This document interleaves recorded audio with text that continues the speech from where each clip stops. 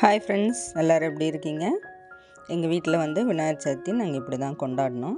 முதல்ல வெளியில் கோலம் போட்டோம். அதுக்கப்புறம் பூஜை ரூமில் ஒரு கோலம் போட்டோம்.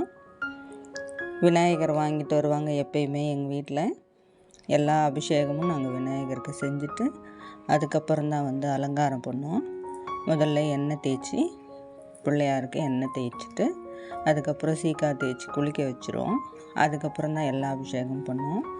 எண்ணெய் அபிஷேகம் பண்ணுறோம் பாருங்கள்.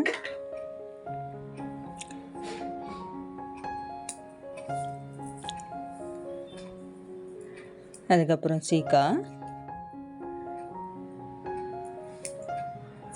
நான் முதல்ல எல்லாமே ரெடி பண்ணி வச்சுக்கேன், என்னென்ன அபிஷேகம் பண்ண போகிறோன்னு சொல்லிவிட்டு. இன்றைக்கி பால், தயிர், பன்னீர், விபூதி, சந்தனம், மஞ்சள் இதெல்லாம் அபிஷேகம் பண்ண போகிறோம். இன்றைக்கி சீக்காய் முடிஞ்சிருச்சு. எண்ணெய் தேய்ச்சி குளிச்சுட்டார் விநாயகர். பார்த்திங்கன்னா பால் அபிஷேகம் பண்ண போகிறோம்.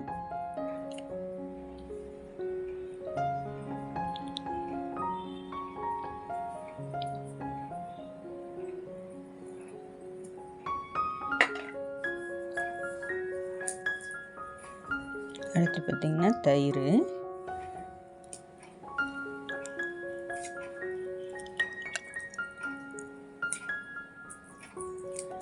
இந்த அபிஷேகம் பண்ணும்போது நானும் என் பசங்களும் எங்களுக்கு தெரிஞ்ச ஸ்லோகத்தை சொல்லுவோம்.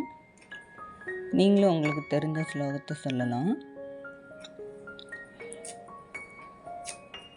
அடுத்தது விபூதி,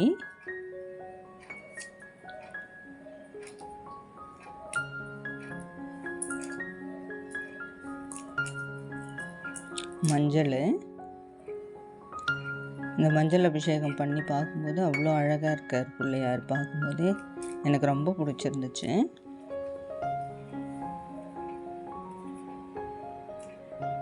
அடுத்து சந்தனம், நல்லா கரைச்சி வச்ச சந்தனம்.